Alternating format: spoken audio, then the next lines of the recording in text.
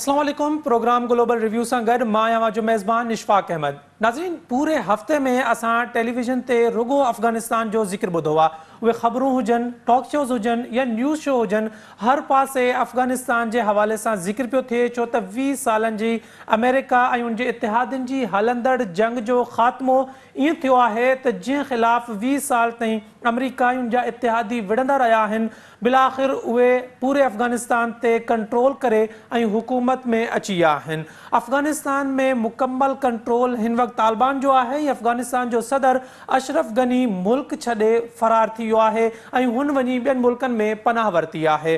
अफ़गानिस्तान जी सॼी सूरत हाल जे हवाले सां असां सां महिमान जेका शख़्सियत मौजूदु आहिनि, डॉक्टर जमील अहमद ख़ान पाण अॻोणा सफ़ीर आहिनि ऐं आलमी मामलनि जा माहिर आहिनि। उन्हनि सां इन सॼे मामले ते ॻाल्हि ॿोल कंदासीं। सर, वॾी महिरबानी अव्हांजी सिंध टीवी न्यूज़ सां ॻाल्हाइण जे लाइ, पंहिंजो वक़्तु ॾियण जे लाइ।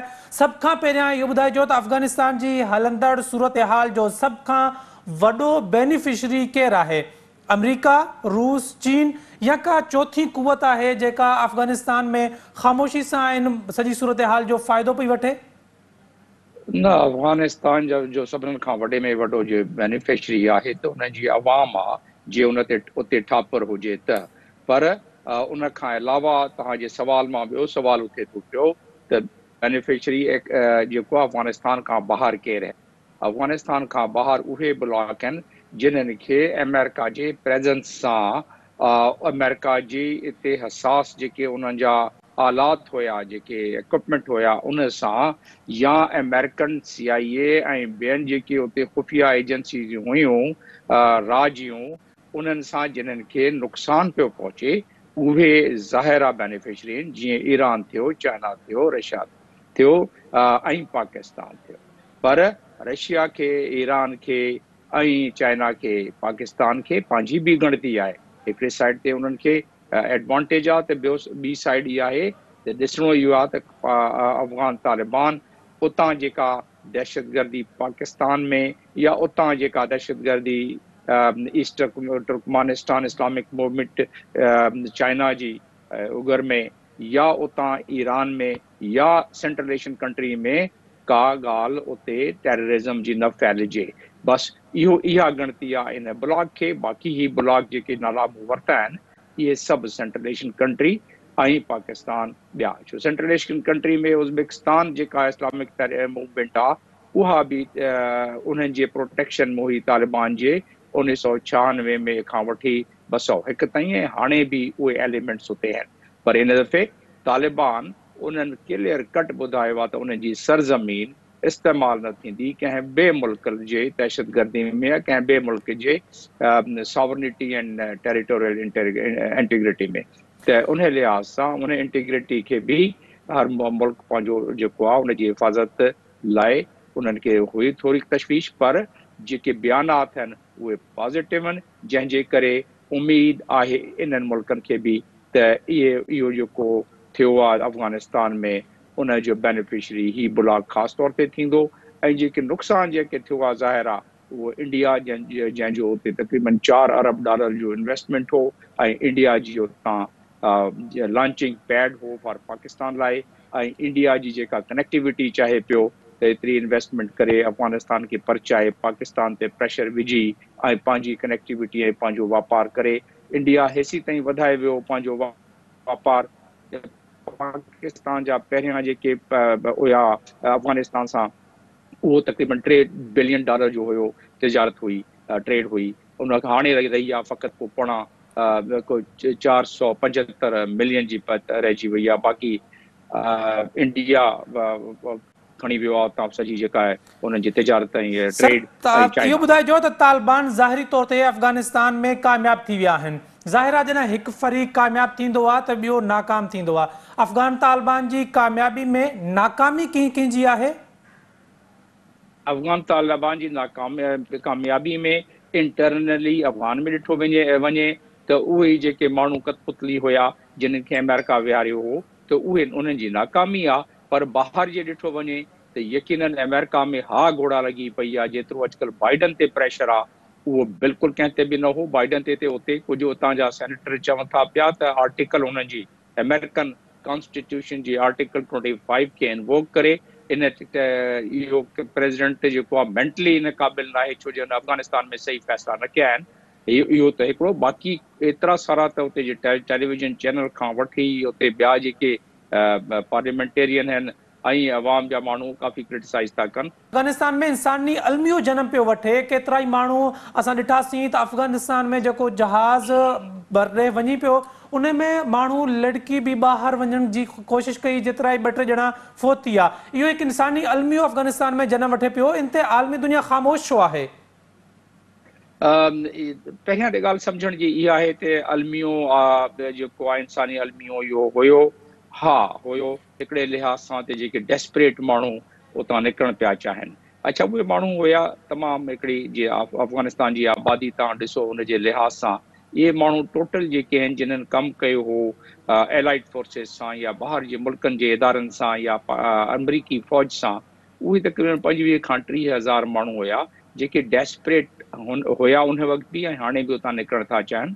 तक़रीबन 18,000 माण्हू उतां निकिरी विया आहिनि, बाक़ी बि निकिरणु था चाहिनि कुझु। त पाकिस्तान जे अफ़गानिस्तान जी आबादी खे ॾिठो वञे त बाक़ी आबादी त उते जेके आहे उहे सभु मुतमइन न त काफ़ी खोड़ सारा जेके उन मेजॉरिटी उहा मुतमइन बि आहे। त पहिरियां जेको आहे 10 चेक पोस्ट लॻा पिया हूंदा क़ाबुल में, हाणे हिकिड़ो बि चेक पोस्ट न आहे, माण्हू आज़ादी सां घुमनि था फिरनि था पिया। पर उन्हनि खे वसवसो ऐं डपु बिल्कुलु आहे ज़हन में सभिनीनि खे त अॻिते वञी तालिबान जो जेको आहे माइंड सेट उहो ई नथी वञे जेको 96 में हुयो उनजो माइंड सेट। त वरी माण्हुनि खे वठी कुटंदा ऐं उन्हनि खे जेको आहे सज़ाऊं ॾींदा, बिल्कुलु ॾींहुं ॾिठे जो उन्हनि खे फायर करे मारे छॾींदा। त हाणे जेको आहे माण्हू अदरवाइज़ मुतमइन इंसानी अलमीअ जो तव्हां सवाल कयो, उहो हिकिड़ी ख़ासि कैटेगरी लाइ शुरू थियो हो जेको कंट्रोल में अची वियो हाणे। ऐं उन में ॿी ॻाल्हि जेका अलमीअ वारी आहे उहो वसवसे वजह आहे त का सिविल वार न शुरू थी वञे। पंजशेर वैली खां अमरुल्लाह जे साले जेको आहे उहो पंहिंजी फोर्सिस ठाहे थो पियो त विढ़ंदो, महसूसु थिए थो पियो त उनखे सपोर्ट जे मिली बि अमेरिका जी या ॿियनि मुल्कनि जी जेके असां इन इलाइक़े में चाइना जे ख़िलाफ़ आहिनि, असांजे ख़िलाफ़ आहिनि, जे मिली बि उन्हनि खे सपोर्ट, त उहा सपोर्ट तालिबान उनखे मुंहुं ॾेई वेंदा। जीअं उन अमेरिकन फोर्सिस खे मुंहुं ॾेई वरितो त पंजशेर वैली खे हाणे उहो वॾी ताक़त में आया आहिनि, उहो मुंहुं ॾेई वेंदा। पर जहिड़ो जकारो थींदो उते को माण्हू जेके आहिनि उनजो कैजुअलिटीज़ काफ़ी थींदी। उनखे जे वधी वियो त इंसानी अलमियो उन वक़्तु माण्हू चई थो सघे इन वक़्तु कंट्रोलेबल आहे। डॉक्टर साहब, इहो ॿुधाइजो त अफ़गानिस्तान में तालिबान जो हुकूमत ताईं पहुचण पुठियां निज तालिबान जो महिनत जो नतीजो आहे या के आलमी हथ बि इन में शामिल आहिनि? जियो पॉलिटिकल तालिबान इन दफ़े 3 सुठा कम कया आहिनि, 3 मनूरिंग कई आहे। नंबर 1 त जियो पॉलिटिकल मैकेनिज़म खे उन तमामु बहितरीन तरीक़े सां इम्प्लीमेंट कयो आहे। नंबर 2 जेको आहे डिप्लोमेटिक एफर्ट उन्हनि जी तमामु बहितरीन रही ऐं मिसाली रही। ऐं नंबर 3 जेका आहे मिलिट्री स्ट्रेटेजी, उन में उन्हनि कामयाबी हासिल कई। इहे 3 जेके आहिनि इहे कंकरेंटली वठी अॻिते विया आहिनि, तंहिंजे करे उन्हनि खे तमामु वॾी कामयाबी मिली आहे। त तालिबान जी स्ट्रेटेजी कामयाब थी आहे ऐं उन्हनि खे सपोर्ट ऐं उन्हनि जा सलाहकार जेके हुया उहे तमामु असां उनखे फैसिलिटेट कयो आहे, पर उनखां वधीक बि असां सपोर्ट उनखे कयो आहे। चाइना बि कयो आहे, रशिया बि कयो आहे। अमेरिकन्स जेके दोहा जी एग्रीमेंट साइन कई 29 फरवरी 2020 में, उहो जे माण्हू पढ़े त उहो मास्टर पीस आहे। उन लिहाज़ सां ॾिठो वञे त अमेरिका एतिरो तंग थियो आहे अफ़गानिस्तान में त उन्हनि एडवांटेज काफ़ी वॾो उन्हनि खे फ़ाइदो ॾिनो तालिबान खे। ऐं तालिबान जी उहा तमामु वॾी कामयाबी दोहा एग्रीमेंट आहे। ऐं दोहा एग्रीमेंट जेका उन ते कमु शुरू थियो हो 2011 में, जेॾी महिल दोहा में तालिबान जी ऑफिस क़ाइमु कई वई हुई। दोहा जे एग्रीमेंट खां पोइ तालिबान खे उन ते तालिबान पूरो अमल दरामद कयो आहे ऐं अमेरिकन बि 99% उन ते अमल दरामद कयो आहे, जंहिंजे करे मां सम्झां थो पियो त उन जी मदद बरपासनि वारनि मुल्कनि जी बि मदद आहे इन ब्लॉक जी। ऐं अमेरिका पाण जेको साइन करे मां सम्झां थो जान पियो छॾाइणु चाहे अफ़गानिस्तान मां ऐं पंहिंजी प्रेज़ेंस घटाइण थो चाहे, छो जो $2 ट्रिलियन ख़र्च करे चुकियो हो ऐं बाइडन ते काफ़ी हुनजो दबाव हो ऐं उन खां पहिरियां ट्रंप ते दबाव हो। जी अच्छा सर, इहो ॿुधाइजो त तालिबान तुर्की खां मदद जी अपील कई आहे ऐं तुर्क सदर रजब तय्यिब एर्दोगान बि उन्हनि खे हाकारी जवाबु ॾिनो आहे। अव्हां इन खे कीअं पिया था ॾिसो सॼी डेवलपमेंट खे? न न तालिबान इन दफ़े ते सभिनीनि सां पंहिंजो तालुका जेको आहे सही सिग्नल ॾियनि था पिया त सभिनीनि सां तालुक रखंदासीं, पर तुर्की छो जो नेटो फोर्स जो हिसो बि हो ऐं तुर्की जे करे हू उन्हनि खे वेस्ट में थोरी वधीक एक्सेस मिलंदी, वधीक उन्हनि जो लाॻापो वधंदो ऐं टर्की जेको आहे उन कंस्ट्रक्शन जे मामले में, रीबिल्डिंग जे मामले में टर्की जो इहो फ़ाइदो आहे त उनखे फंडिंग काफ़ी मिलंदी दुनिया जी ऐं उहो फंडिंग जी इम्प्लीमेंटेशन में, इंफ्रास्ट्रक्चर डेवलपमेंट में वो ऐं टर्की तालिबान सां बाक़ाइदे पोयनि तक़रीबन 8-9 सालनि खां राब्ते में हो ऐं उनजी मीटिंग बि होस्ट कंदो हो टर्की खे मीटिंग उते जंहिंमें इहे जे भरपासे वारा मुल्क सभु घुराईंदो बि हो, अमेरिका बि घुराईंदो हो, त टर्की जेको आहे हिन वक़्तु हिकिड़े फलक्रम जो कमु डेवलपमेंट जी टर्की जी आहे या कैपेसिटी आहे त उहो मदद करे सघे। इस्लामिक मुल्क में तैयब अर्दगान जी हिकिड़ी इज़त बि आहे काफ़ी वॾी। अच्छा सर, तुर्की का मदद वठण जो मतलब इहो आहे त तुर्की जेको आहे तालिबान जी फेवरेट लिस्ट में शामिल आहे, जॾहिं त सऊदी अरब, यूएई ऐं जेके मिडिल ईस्ट जा जेके मुल्क आहिनि इहे फेवरेट न आहिनि ऐं इन्हनि जो फेवरेट न हुजण छा इन्हनि जे लाइ को ख़तरो साबित थी सघे थो तालिबान तरफ़ां? तालिबान जे तरफ़ां त न, पर ईरान जे तरफ़ां ख़तरो पैदा थी थो सघे, छो जे ईरान जे हाणे अफ़गानिस्तान खां वठी ऐं पोइ इराक, पोइ सीरिया, पोइ लेबनान ऐं मेडिटेरियन सी ताईं 2000 किलोमीटर जो जेको आहे न ईरान खे एक्सेस मिली वई आहे अफ़गानिस्तान खां पोइ। ईरान जी बि डिप्लोमेसी तमामु एतिरी सुठी रही आहे त उनजी तालिबान सां तालुकात बहितरीन आहिनि ऐं ईरान तालिबान खे इस्तेमालु करे थो सघे, जीअं सीरिया में माण्हू विया हुआ विढ़ण लाइ उते ऐं हाणे बि आहिनि जेके रिपोर्टेड शयूं आहिनि, उहे अफ़गानिस्तान मां खोड़ सारा माण्हू विया हुआ ऐं उन में मुख़्तलिफ़ मकतबा फ़िक्र जा हुया जेके उते विढ़ण विया हुआ सीरिया में, त हू उन लिहाज़ सां अफ़गानिस्तान जा माण्हू उहो तालिबान हुजनि या ॿिया मकतबा फ़िक्र जा हुजनि, पर उहे कमु ॾेई था सघनि। पर ईरान जी हिकिड़ी स्ट्रेंथ वधी वई आहे, ईरान खे ख़बर पइजी वियो आहे त जीअं तालिबान ज़ेर बार कयो आहे, जीअं तालिबान अमेरिका खे शिकस्त ॾिनी आहे, त हाणे ईरान जी उहो ई मैकेनिज़म आहे, उहो ई तरीक़ो रखे त मिडल ईस्ट में वधीक ग्राउंड गेन थो करे सघे, छो जो मिडल ईस्ट में ईरान जा काफ़ी स्लीपर सेल्स मौजूदु आहिनि जेके ईरान जे चवण में चाहिनि त उते क्रिएट करे था सघनि प्रॉब्लम। नाज़रीन, डॉक्टर जमील अहमद ख़ान साहब असां सां गॾु मौजूदु आहिनि। प्रोग्राम जे सिलसिले खे अॻिते वधाईंदासीं, हिकु शॉर्ट कमर्शियल ब्रेक खां पोइ असां सां गॾु रहिजो।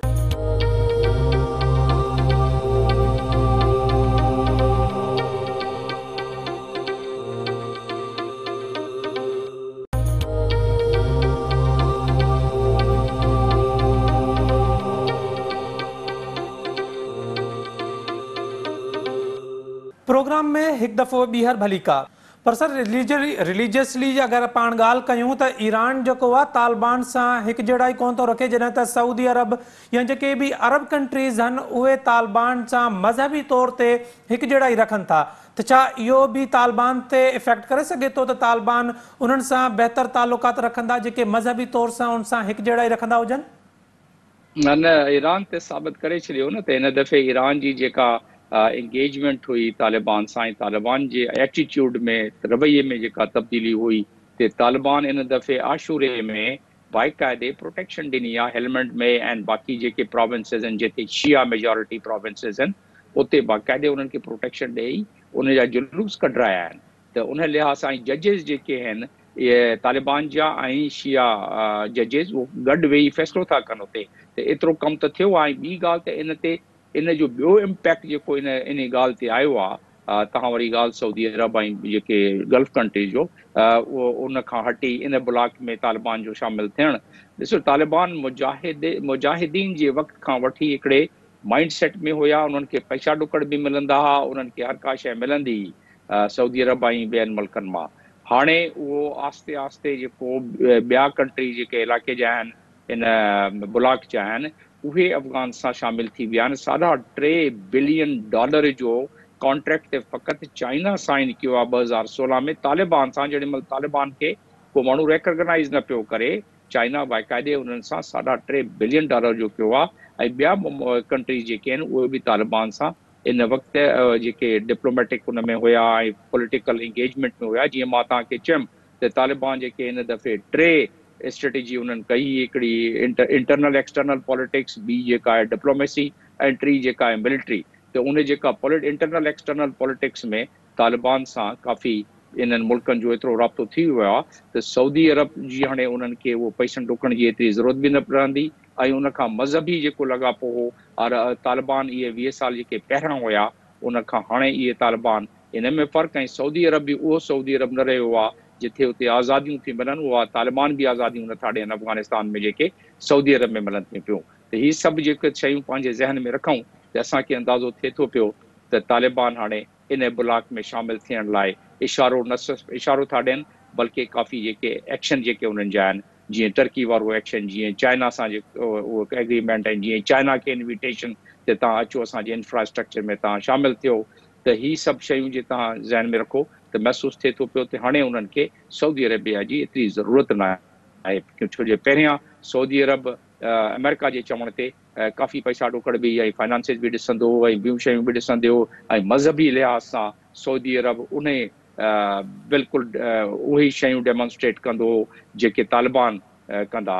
हाणे सऊदी अरब मॉडर्न थी वियो आहे, तालिबान थोरा मॉडर्न थिया आहिनि पर उन ख़्याल जा न थिया आहिनि। जी अच्छा सर, इहो ॿुधाइजो त असां माज़ी मां सबक़ न सिखियो आहे? सोवियत यूनियन जॾहिं अफ़गानिस्तान में वेड़ पे कई त अमेरिका उन्हनि जिहादियुनि खे सपोर्ट कई ऐं अॻिते हली उहे साॻा जिहादी तालिबान थिया, तालिबान थी उन्हनि अमेरिका खे नुक़सानु ॾिनो ऐं अमेरिका उन्हनि ख़िलाफ़ु जंग कई।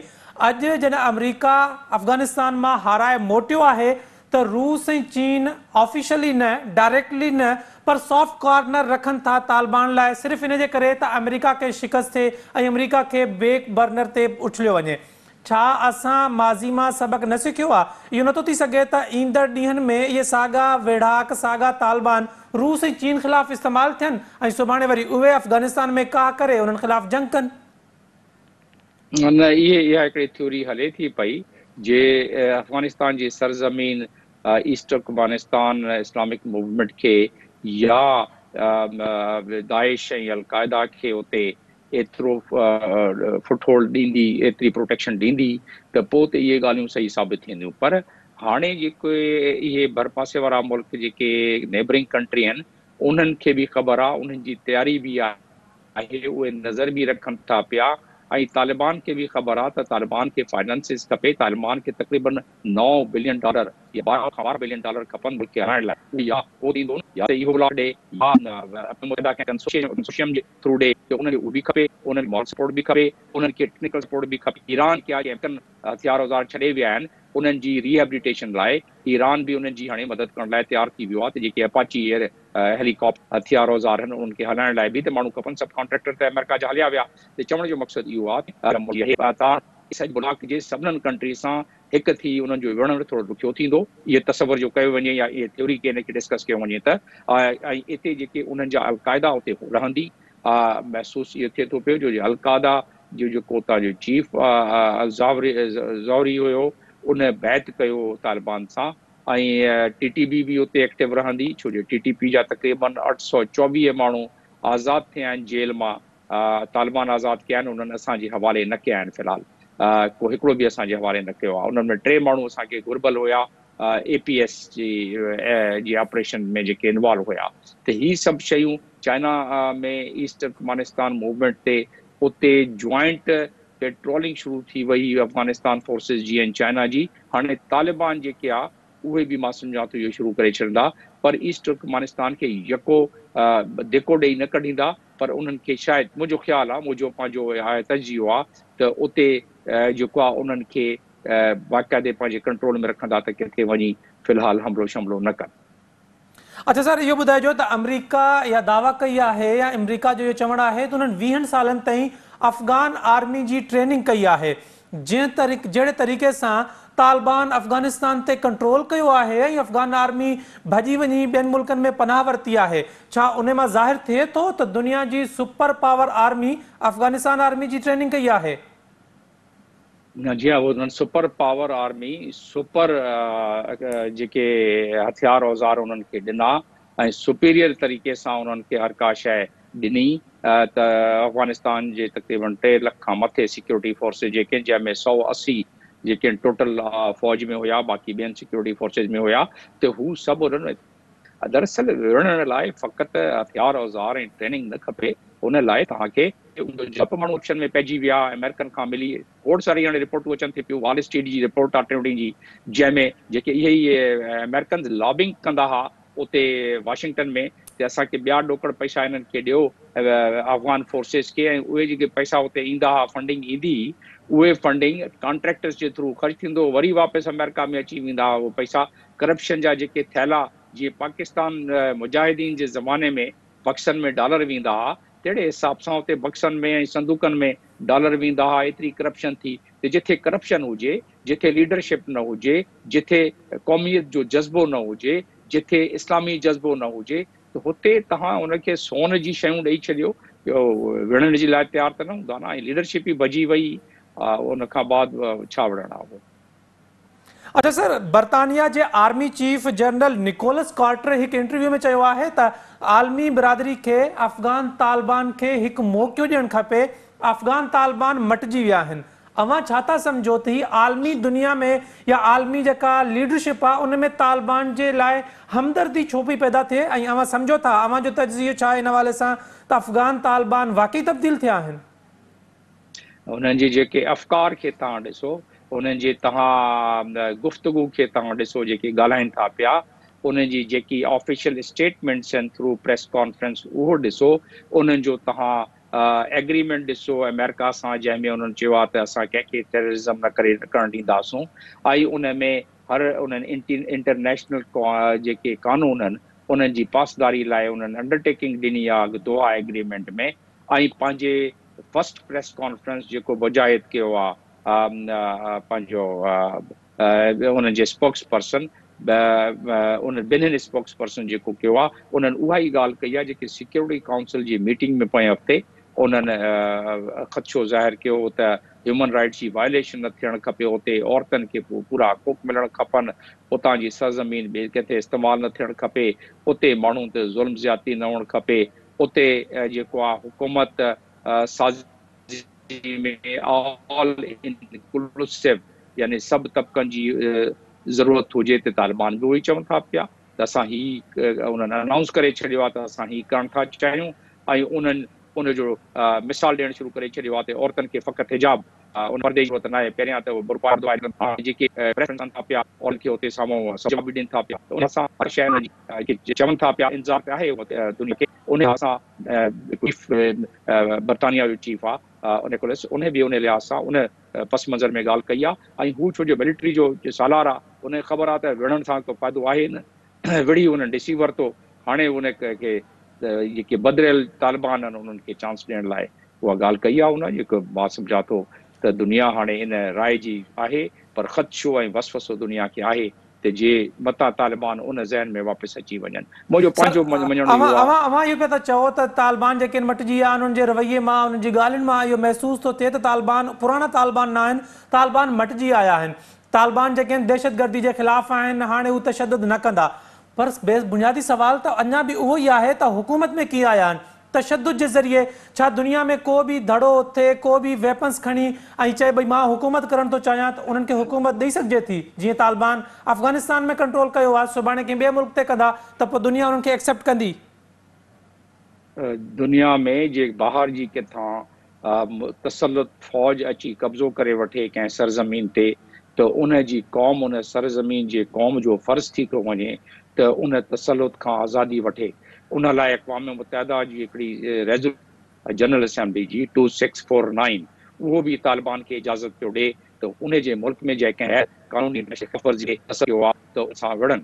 तालिबान उन्हनि जे गोरिला वार उन्हनि जी जेका आहे दुनिया में दी बेस्ट गोरिला वार उन्हनि खे जंहिंखे चइजेसि उन्हनि कई आहे, पर उन पंहिंजी सरज़मीन खे जेको नेशनलिज़म आहे उन्हनि वधायो उनखे, फ़क़ति ideology Islamic point of view खां हटी वधीक जेको उन्हनि जो विढ़ण जो जज़्बो हो नेशनलिज़म जो, त उन लिहाज़ सां ॾिठो वञे त असां अफ़गानिस्तान खे क्रिटिसाइज़ या कंहिं क़ौम खे सुभाणे कश्मीर आज़ादु थी वञे जेके विढ़नि था पिया उन्हनि जे तसल्लुत इंडिया जे तसल्लुत सां, त असां नथा चई सघूं तो जेको आहे बंदूक जे ज़ोर ते अची वियो आज़ादु थी विया आहिनि कश्मीरी। उन हिसाब सां जे उन तनाज़ुर में ॾिठो वञे ऐं 2649 रेज़ोल्यूशन ऑफ अक़वाम मुत्तहिदा जेको मां चयुमि यूनाइटेड नेशंस उन जे तनाज़ुर में ॾिठो वञे त इहे इन ॻाल्हि खे माण्हू थोरो ॿिए अंदाज़ सां ॾिसे थो।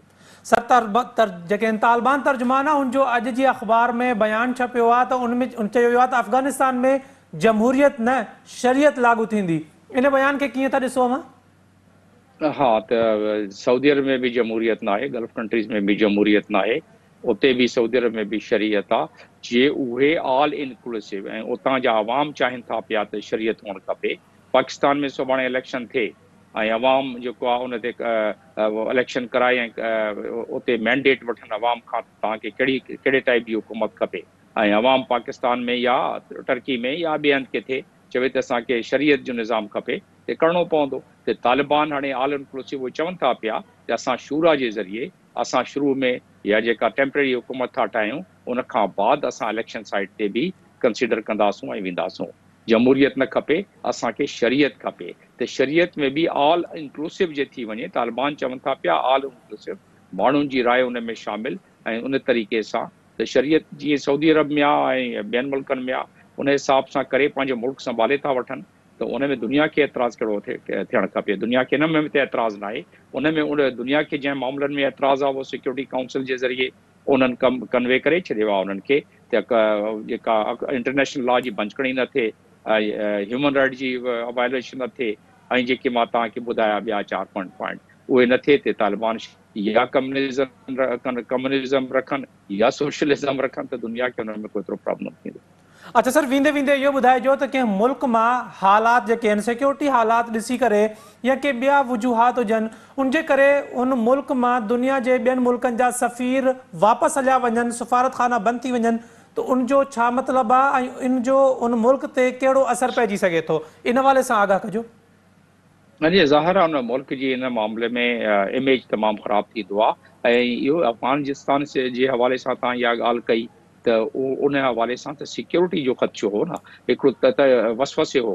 हर मुल्क जेको आहे या हर इदारो दुनिया जो उहो पंहिंजो इवैक्यूएशन प्लान रखंदो आहे। अॼु अमेरिका ते छो थी क्रिटिसिज़म थिए त उन्हनि जो इवैक्यूएशन प्लान जेका आहे उहा फेल थी वई। त दुनिया जा ॿिया जेके मुल्क ऐं एम्बेसीज़ आहिनि उन पंहिंजे इवैक्यूएशन प्लान जे तहत सिक्योरिटी जे खे मद्देनज़र रखंदे, तालिबान जे पुराणे रवैये खे मद्देनज़र रखंदे, इन ख़दशे ऐं वसवसे खे मद्देनज़र रखंदे त शायदि को जहिड़ो जकाड़ो थी वञे त उन करे उहो हलिया विया। जीअं थोरी स्टेबिलिटी थींदी वापसि मोटी ईंदा, जेॾी महिल उहो ॾिसंदा।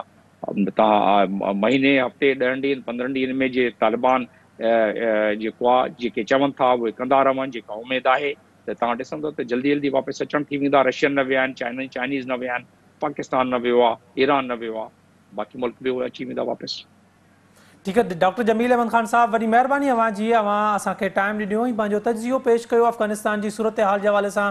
नाज़रीन, डॉक्टर जमील अहमद ख़ान अॻूणा सफ़ीर आहिनि, आलमी मामलनि जा माहिर आहिनि जेके अफ़गानिस्तान जे हवाले सां पंहिंजो तजियो पेश करे रहिया हुआ। नाज़रीन, ही हुयो अॼु जो प्रोग्राम। अॻिए हफ़्ते हिकु नए मौज़ू सां गॾु अव्हांजी ख़िदमत में हाज़िर थींदासीं। तेसिताईं पंहिंजे मेज़बान इशफ़ाक़ अहमद खे ॾींदा इजाज़त। अल्लाह हाफ़िज़।